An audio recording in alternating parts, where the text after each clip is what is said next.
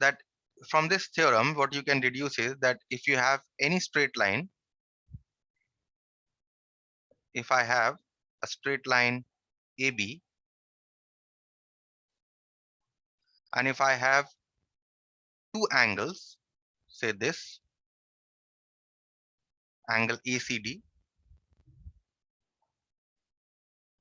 and angle ADB, if they are equal,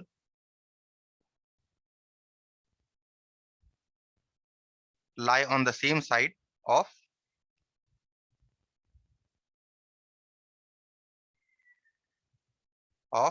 the line AB.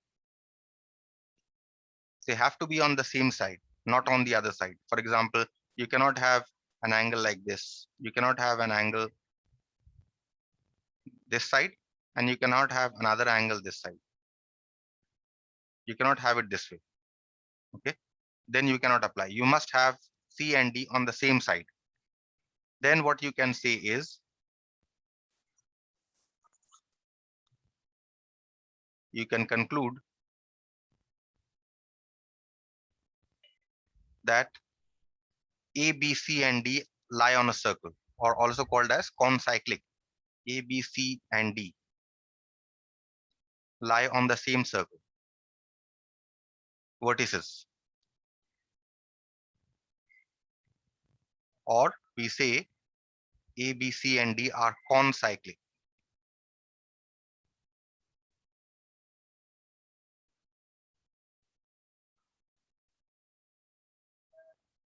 Okay. So if you have two angles, equal angles on the same side of a particular straight line, then you say that A, B, C, and D must lie on the same circle. Although you cannot see the circle, but you can draw a circle through A, B, C, and D. Okay. So this is a deduction from this theorem. Let us see a problem in this regard. Question here is, if BM and CN are perpendiculars drawn on the sides AC and AB of triangle ABC. So I have the given figure here is this in this manner.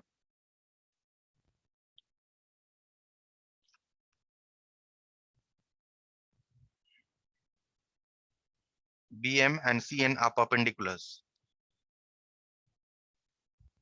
drawn to the sides AC and AB respectively. Okay. You need to prove that B, C, M, and N are concyclic. You need to show that this vertex, this vertex, this vertex, and this vertex must have a circle passing through them. Okay. So how will you show? What you see is, we see that angles BNC and angle BMC are equal. Both are equal to 90 degree, and they lie on the same side of the line.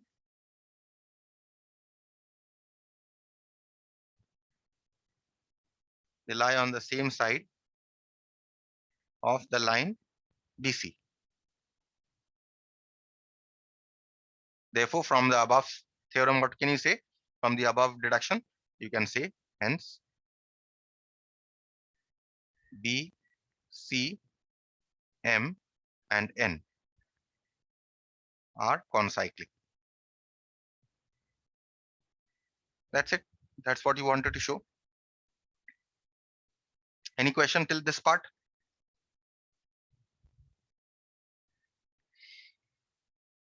Then we move on to the next theorem, which you have already done back in class 8.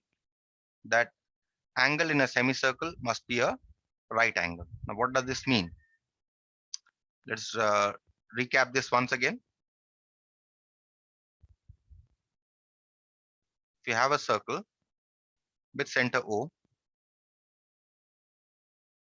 and if you have a line, a chord that passes through the center, what is the line that passes through the center called?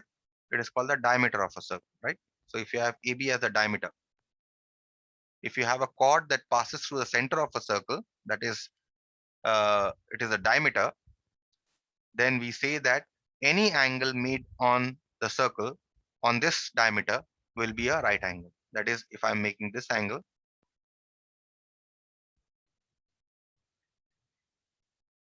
then this angle must be 90 degree. So given here that AB is a diameter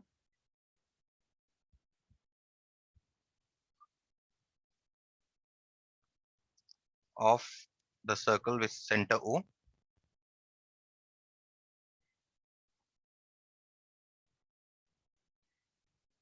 then what is your conclusion? If I call this point as P, then I can say angle APV must be equal to 90 degree. In fact, you can have other angles also. You can have angle this way also. This is also 90 degree. Good morning, sir. Morning. You can have angle this way also. This will also be 90 degree. And you can have many angles like this. But the condition here is that AB must be the diameter. Okay. And let's now come to the converse of this theorem.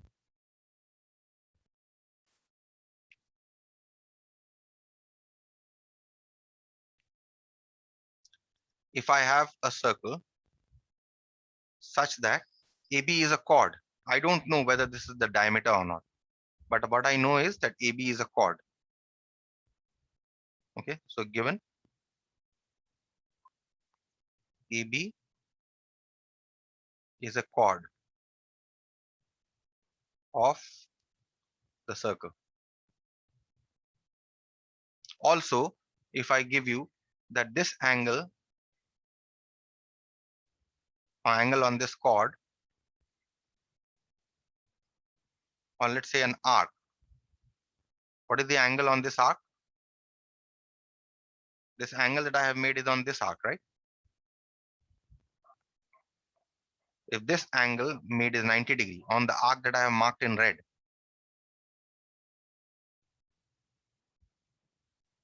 or I can say AB is an arc of a circle. Sir, where it is on the arc? Which one?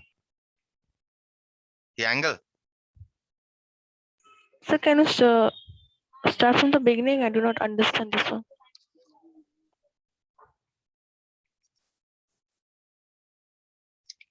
Let's consider an arc of a circle. See, if I have a circle and I take 2 points, say A and B. Okay, and what I do is I draw an angle on this arc.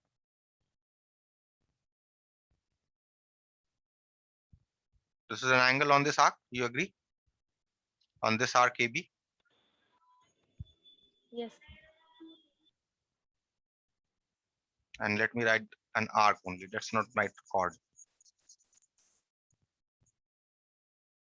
AB is an arc of a circle such that, now what I give you is I give you this angle to be 90 degree, such that let's say angle APB equal to 90 degree. Okay, then what can you conclude? You can conclude that arc AB must be a semicircle. You understood? That is, if I now join A and B, let's join with the help of a dotted line.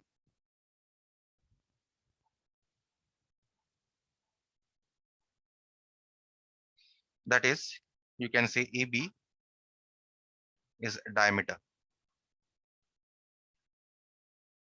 of the circle. Understood? Only if this angle is 90 degree given, only then you can conclude that AB is the diameter. Okay, because AB, the arc AB has which angle? Angle APB on it. Clear with this? Yes, sir. Thank you. Let's do one problem based on this. This is the converse. We have not done the converse in class 8, we had only done the theorem, that is angle in a semicircle must be a right angle.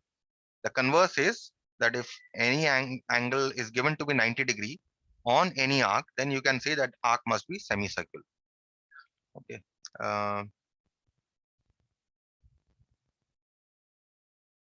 Let's do one problem based on this theorem, and then I think one problem is based on the, yes, the converse also is based. Let's do these two problems.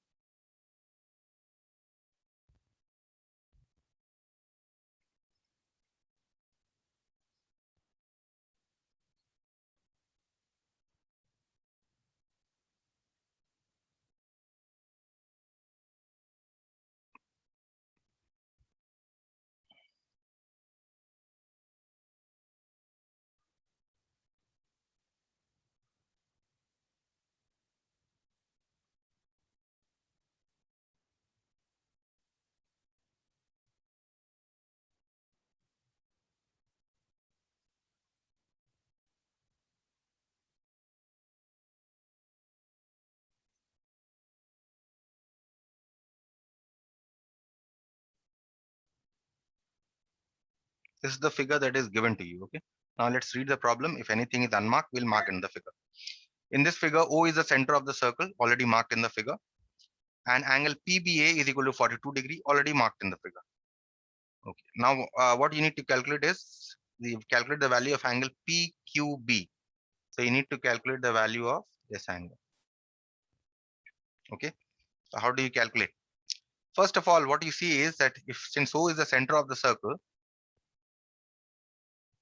since O is the center of the circle,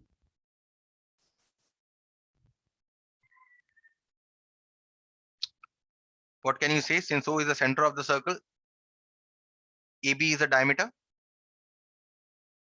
Therefore, AB is the diameter of the circle.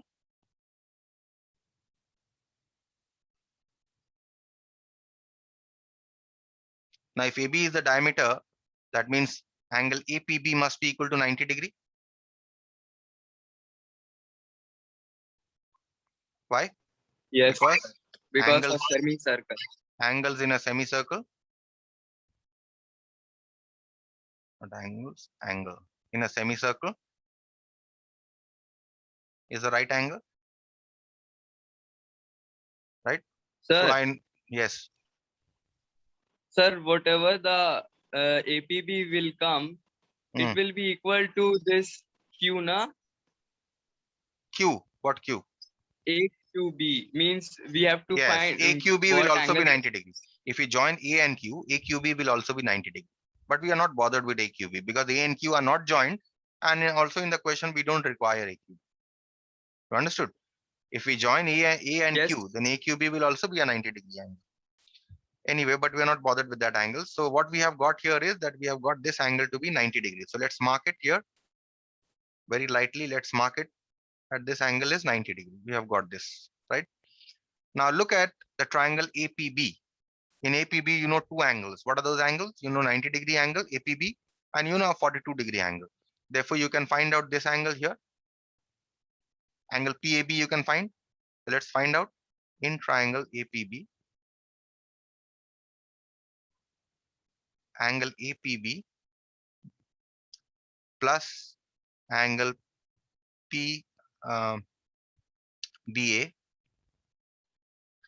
plus angle PAB, that is the unknown angle, must be equal to 180 degree because sum of interior angles of a triangle is 180 degree. So now just put the value APB, you know this to be 90 degree. PBA is given to you as 42 degree, and angle PAB we need to find equal to 180. That means this is 132 plus angle PAB is equal to 180. Means angle PAB is equal to 180 minus 132. So we get this to be 48 degree. So we have got this angle. Let's mark it here very lightly. We have got this angle to be how much? We have got this angle to be 48. 48 degree. Now, if you see this 48-degree angle that we have got, this angle and this angle, the unknown angle that we need to find out, they are on the same segment. Which segment is it? This segment, right? The angles on the same segment. So Yes. therefore, Sir. they must be equal. So hence we have found out the required angle. Hence angle PQB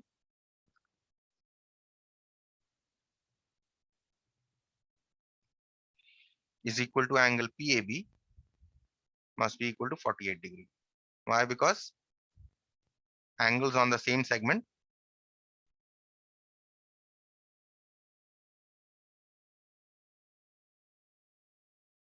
are equal.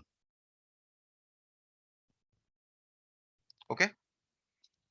So that's it. Now we move on to the next. This converse I've already discussed with you. Converse of that theorem. Angles in a semicircle is right angle. Converse of that theorem. Let's move on to this problem now.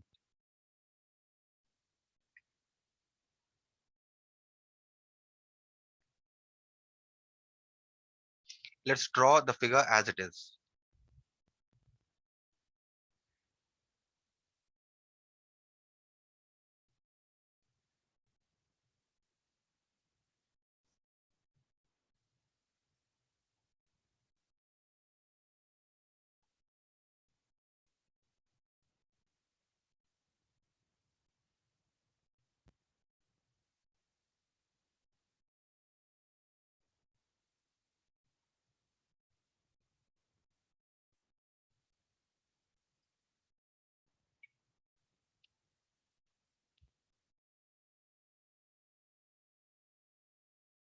So this angle is given to be 65 degree.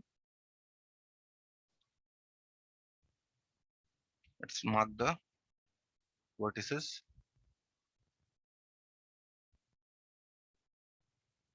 This angle is already marked in the figure.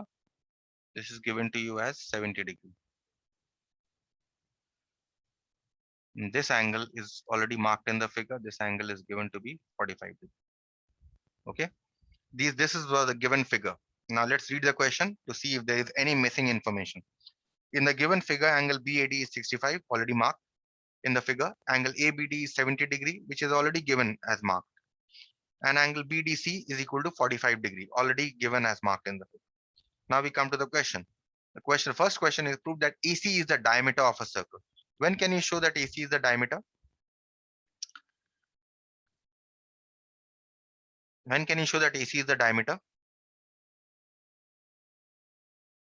If you can show that this angle is 90 degree, this angle is entirely 90 degree, then can you say AC is the diameter? Yes, we can Yes, say, sir. right? Yes. If we Sir. only if we can say, if we can show that this angle is 90 degree, only then we can say that AC is the diameter. So let's proceed to show that this angle is 90 degree.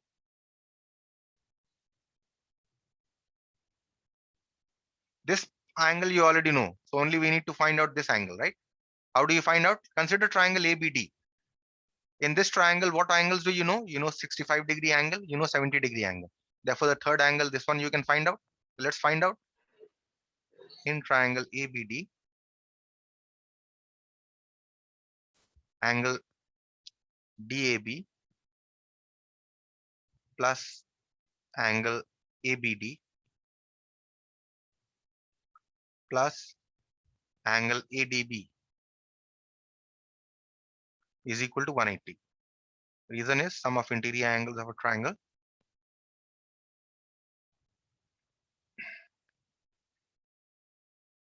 is 180 degree. Now put the values. DAB is given to be 65, ABD is given to be 70, and ADB you have to find out.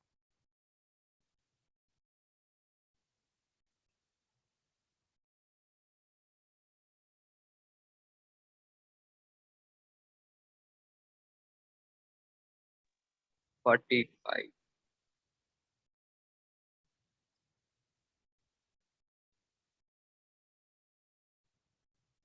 Angle ADB we have found out to be 45. So let's mark in the figure. Let's mark this angle in the figure that we have found out, so that we know we have found out this. So this angle here we just found out to be 45 degree. Okay, so once we know this is 45 degrees, so what is angle ADC? Therefore, angle ADC, this entire angle here, this must be a right angle, 45 plus 45.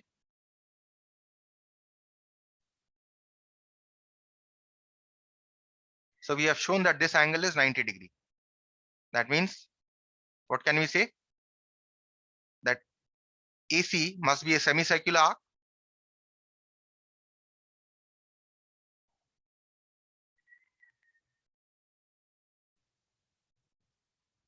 And if AC is a semicircular arc, then we can say AC must be the diameter.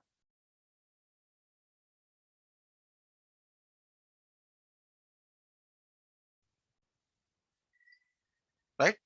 That's done. So we have shown AC is the diameter. Clear with this? Or any question? Excuse me, sir. Hmm. Sir, this part, therefore, angle ADC1, I could not understand because my net was not working properly. This angle is 45, and this angle we just found out to be 45. You add these two, how much do you get? 90. That's what I have written here. Okay, sir. Next, angle ACB. Okay, next what you have to find out? Angle ACB. That means you have to find out this angle. Now this is very easy. Now you see this 45 degree angle that we have found out. This lies on which segment? This segment, right? And this unknown angle is also on that segment. Therefore, they must be equal. That must also be 45 degree. Clear with this? Look at the figure. Check and tell me whether you understood. The 45 degree angle that we have found out and this unknown angle that we need to find, they are on this segment, minor segment. Can you see they are on this minor segment? Yes, sir. They are both on this minor Yes, segment. sir. Therefore, they must be equal. So you write angle A DB must be equal to angle ACB equal to 45 degree. Because angles on the same segment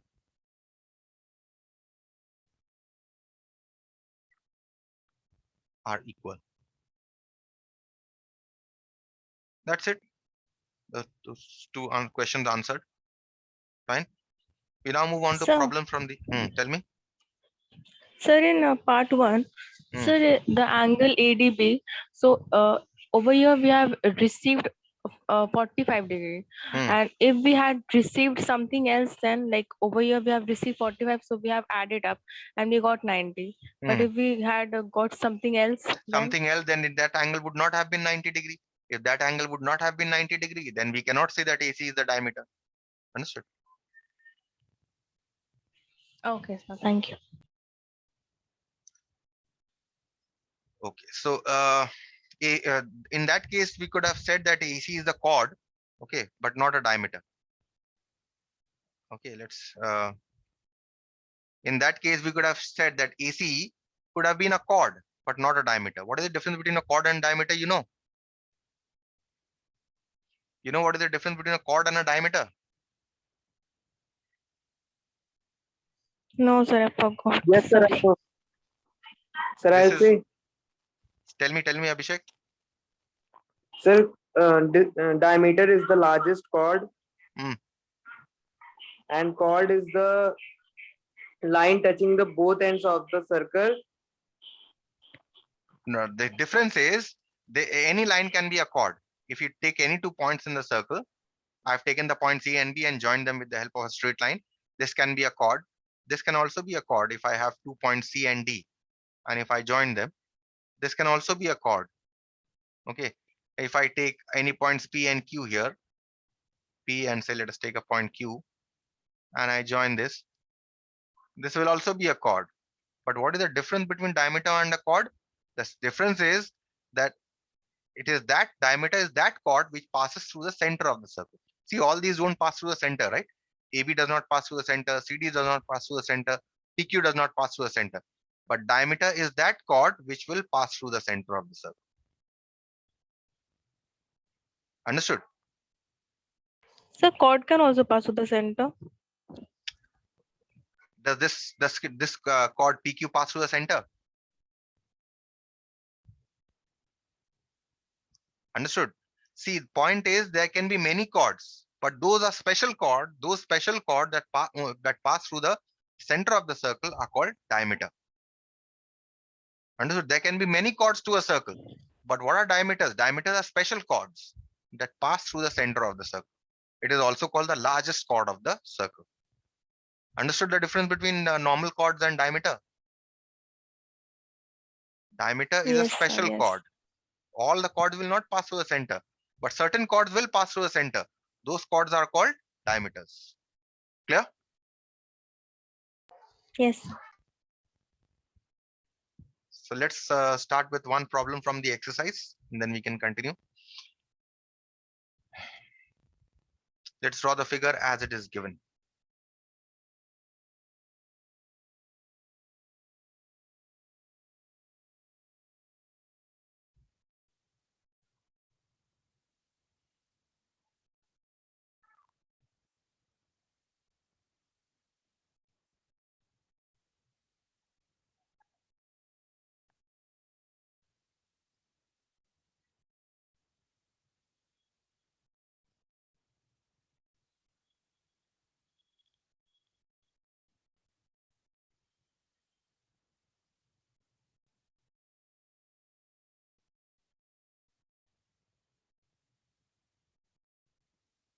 This angle is given to be 140 degree. What else is given? This angle is given to be 50 degree.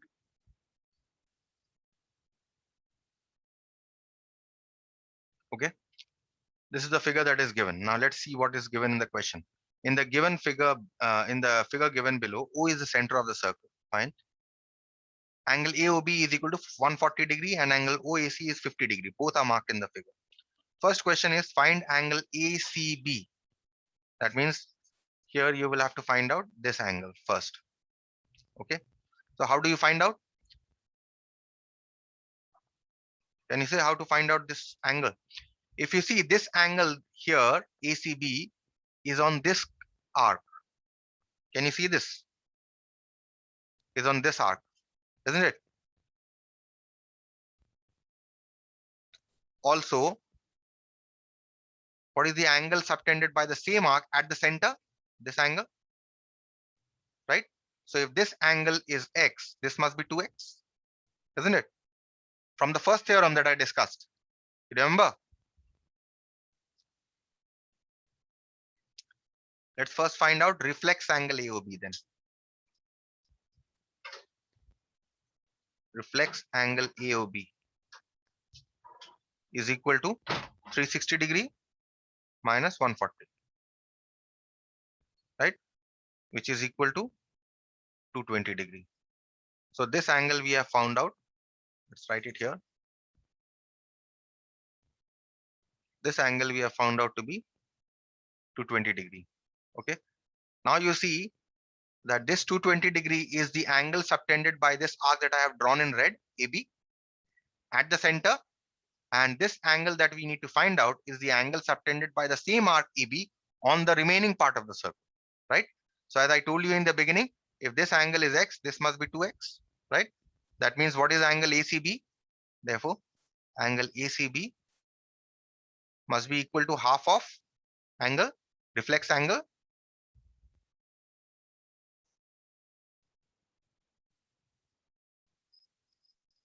reflex angle AOB, which we have found above, which is equal to half of 220, which is equal to 110. And you'll give your reason that angle subtended by an arc of a circle at the center is double the angle subtended by it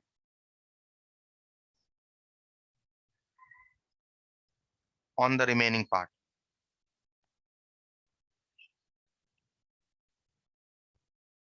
Okay, so we have found out angle ACB. Let's mark it here. Very lightly with a pencil we'll mark, because we have already found out this angle to be 110 degree. We marked it here. And that answers the first question also. Let us now see the second question. Angle OBC.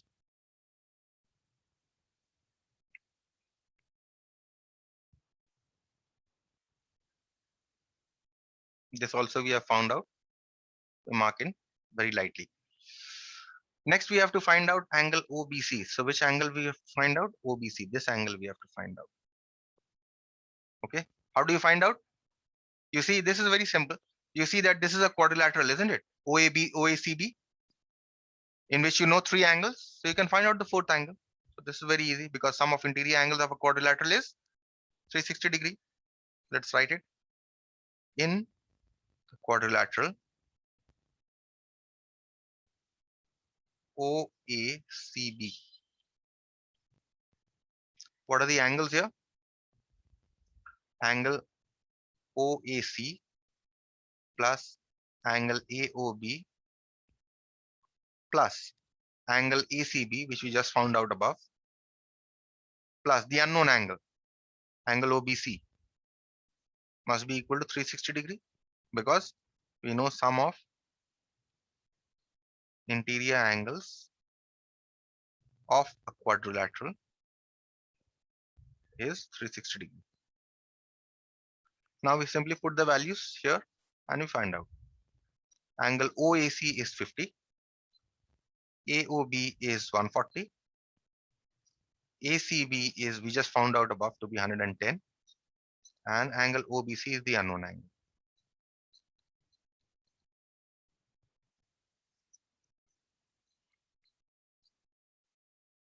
We add these, you get 300 plus angle OBC is equal to 360. That means angle OBC is equal to 360 minus 300. That means angle OBC is equal to 60 degree. We have found out this angle also. We'll mark it in the figure. We have found out. We have found out this angle to be 60 degree. Okay. Next question. Angle OAB. OAB. Which is the angle OAB? With the help of a dotted line, you can join A and B, and then you will be able to see angle OAB. Okay, so this is angle OAB. You need to find out this angle. How do you find out? Okay, I'm just giving you a background. We'll discuss it in the next class. If you see angle, these two are the radii of the circle, right? So they must be equal. That means if you see triangle OAB, this triangle here, this is an isosceles triangle. If this is an isosceles triangle with 2 sides equal, that means this angle here and this angle here must be equal, because in an isosceles triangle, opposite to equal sides have equal angles. So if you know these 2 angles to be equal, and if you know this angle here to be 140, you can obviously find out these 2 angles, right? Any question on this? No, sir. Fine. Then I won't write here. I'll write it in the next class. I have discussed this, and the 4th question, 3rd and 4th part, we'll complete it in the next class. Okay, so I'll stop here.